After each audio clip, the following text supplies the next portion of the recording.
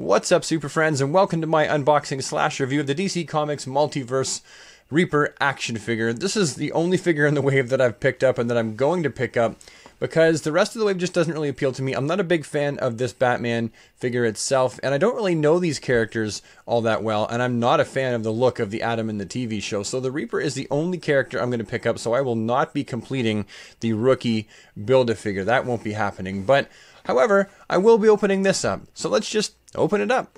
All right, out you come, Reaper. Whoop! Ho! And I kind of like that. I like that kind of background and that kind of backdrop. But the figure itself comes with, here's that Build-A-Figure piece. I will likely never, ever put this together. I'll probably sell it on eBay or something. I'm not really sure what I'll do with it. But that's the Build-A-Figure piece that it comes with. And here's the Reaper figure. And here are his two interchangeable scythes that you can take his hands off and you can pop these on there. I'll show you a little bit later in the video. Now let's just get a nice close-up view of this Reaper figure so that we can just take time to appreciate all of the brand new sculpting that they put into this action figure.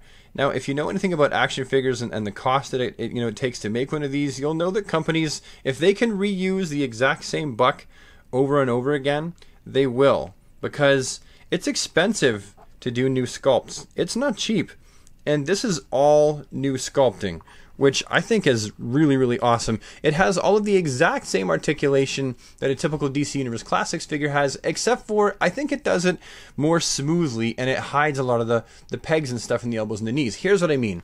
For example, you can see that the elbows here, you can't see the pegs. Same thing with the knees. It's hidden them. You can't see them. I think that's really, really cool. Yes, it has the waist swivel. It has ab articulation. A whole lot of articulation in the abs, to be honest. The wrists are different than your typical large-size buck DC Universe Classic in that not only do they swivel, but they're also on a hinge. And that's something that we didn't get a whole lot of in the DC Universe Classics.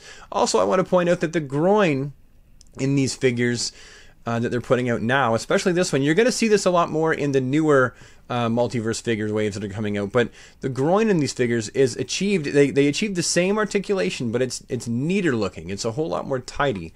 And the butts are different too. You know, the back sides, these just look cleaner than your typical classic DC Universe Classics figures. Yes, you've got your knee articulation, single jointed elbows and single jointed knees, and you've also got your feet articulation there. They're not rockers, they just, they're on a hinge.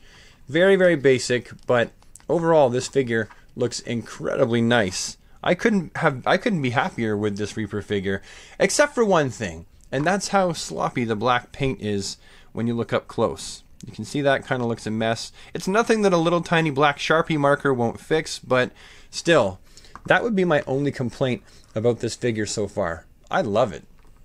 Now, if you just pull the extra hands off here, then you can actually put these scythes right in the holes here, and you got Reaper with these badass scythes. Yep, this is cool. Yep, this is definitely one of my favorite DC figures of all time. I absolutely love it. Seriously. And here we see the Reaper standing side by side with a stock DC Universe Classics Batman figure that's had the black on his mask acetoned off. And you can see they look really, really nice together. They look part and parcel, because Batman looked like this in year 2, where this Reaper figure actually comes from. There was a second Reaper, but this is the Caspian Reaper, the first Reaper who prowled the streets of Gotham back in the 50s. And Batman ended up having a run-in with later, who eventually Caspian decided that Batman was a good enough successor to take his place. And, well, I'll let you read the story yourself. All in all, I give this figure very high marks, like a 9 out of 10. The only reason why I docked that 1 mark is because when they applied the red paint to the front of his armor where it meets the cape, it was kind of a sloppy execution, and now I need to go ahead and fix that myself. But other than that, I think this is an excellent action figure, and it's going to make a wonderful additive to my Batman action figure display. If you see one of these around, honestly, do yourself the favor and pick it up, because you're going to love it. I just know it. Anyhow, that's the end of the video. Thank you so much for watching. I really hope you liked it and found it helpful in your decision on whether you want to pick up this Reaper figure yourself. If you liked the video, please slap a like on it, leave any comments you have down below, subscribe so you never miss a video, and I will see you next time. Toodaloo!